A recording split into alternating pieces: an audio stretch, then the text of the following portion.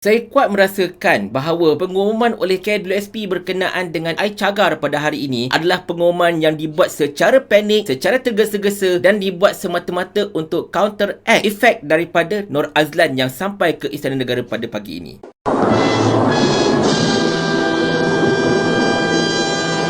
La la la la la la la la. Assalamualaikum warahmatullahi. Hari ini KWSP telah mengeluarkan mekanisme mereka berkenaan dengan iCagar di mana yang telah diumumkan oleh Perdana Menteri baru-baru ini. Ada beberapa perkara dalam mekanisme ini yang boleh kita perhalusi, boleh kita bincangkan dan boleh kita pertikaikan. Yang pertama, KWSP mengumumkan bahawa mereka akan melaksanakan dua fasa. Fasa pertama iaitu sekarang untuk para pencarum atau peminjam yang berusia 40 tahun hingga ke 50 tahun. Manakala fasa kedua iaitu untuk mereka yang berusia di bawah 40 tahun akan dilaksanakan pada masa akan datang. Soalan kita, mereka yang berada di bawah usia 40 tahun ini, tak ada ke yang mengalami masalah kewangan yang memerlukan duit segera daripada caruman mereka ini? Ke KWSP ingat yang susah-susah belaka ni umur 40 tahun ke atas je? Yang kedua, KWSP mengumumkan bahawa kadar faedah yang bakal dikenakan oleh pihak bank ialah 4% hingga ke 5%. Tetapi biasanya kalaulah diumumkan itu cuma nominal rate. Biasanya kalau kita buat pinjaman daripada bank, kita kena lihat effective rate, dan effective rate ini biasanya 1.7 hingga ke 1.9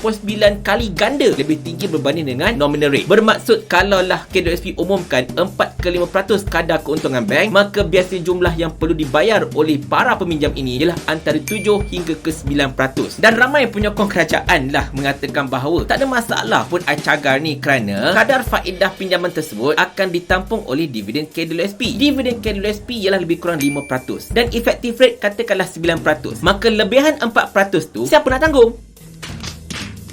Yang ketiga, ini paling penting. KWSP telah mengumumkan dalam mekanisme mereka, aman pengeluaran akan dibayar kepada institusi perbankan apabila ahli telah mencapai umur pilihan pengeluaran antara usia 50 hingga ke 55 tahun mengikut pilihan umur pengeluaran ahli. Jadi kita nak tanya, apa maksud KWSP dekat sini? Adakah KWSP hendak menyatakan bahawa sekiranya kalau seorang ahli berusia 40 tahun memohon pinjaman iCagar sebanyak RM50,000 daripada BSN katakan, maka dia tidak perlu bayar satu sen pun kepada bank dalam tempoh 10 tahun sebab dia hanya boleh mengeluarkan duit daripada KWSP pada usia 50 tahun. Jadi 10 tahun tak bayar-bayar apa-apa. Bank mana yang bodoh sangat tak nak ambil keuntungan sebanyak 10 tahun ini?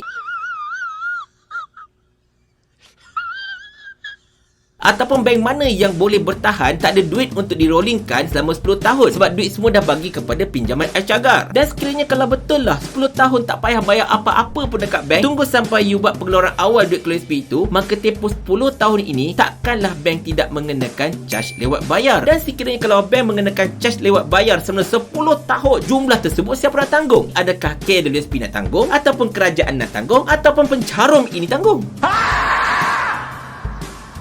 Ini perlu kita bangkitkan lagi satu persoalan yang sangat-sangat besar. KWSP mengumumkan bahawa mereka yang layak memohon iCagar ini perlulah mempunyai sekurang-kurangnya RM3,000 di dalam simpanan akaun 2 mereka. Tetapi katakanlah kalau seseorang itu memang memerlukan duit itu sangat-sangat dan akaun 2 dia memang dah tak ada duit langsung, tetapi orang itu mempunyai duit yang begitu banyak dalam akaun 1. Jadi adakah orang seperti ini akan dibiarkan sahaja untuk terus mengalami masalah kewangan? Seolah-olah macam iCagar ini tidak menepati langsung sasaran mereka yang mahukan pengeluaran khas KWSP ini, iaitu untuk pengeluaran khas bersasar bagi mereka yang benar-benar memerlukan duit dengan segera pada ketika ini. Dan dalam masa yang sama juga, kita masih tidak tahu adakah mereka yang kena CTOS, mereka yang kena Sikris, mereka yang blacklist boleh membuat pinjaman iCagar ini, dan adakah bank tetap memerlukan bukti pendapatan seperti slip gaji ataupun penyata akaun bank. Dan sekiranya kalau mereka ini sudah tidak ada pendapatan dan bank memerlukan bukti pendapatan tersebut, jadi adakah mereka ini akan dinafikan juga pinjaman iCagar tersebut? Banyak sangat persoalan yang perlukan jawapan dengan segera. Padahal pengeluaran 7 April berapa hari je lagi. Kerana itulah kita katakan pengumuman oleh KWSP pada pagi ini hanyalah bersifat panik, bersifat kelang kabut dan terdesak, dan dilihat semata-mata untuk counter kesan Nur Azlan pejalan kaki dari Skudai yang telah tiba ke Istana Negara pada pagi tadi. Sangat kelang kabut. Tetapi apa pun keadaannya, rakyat mahu pengeluaran khas bersasar KWSP bukan buat pinjaman iCagar, bukan untuk menambahkan hutang bagi membayar hutang, bukan gali lubang tutup lubang. Kerajaan tolong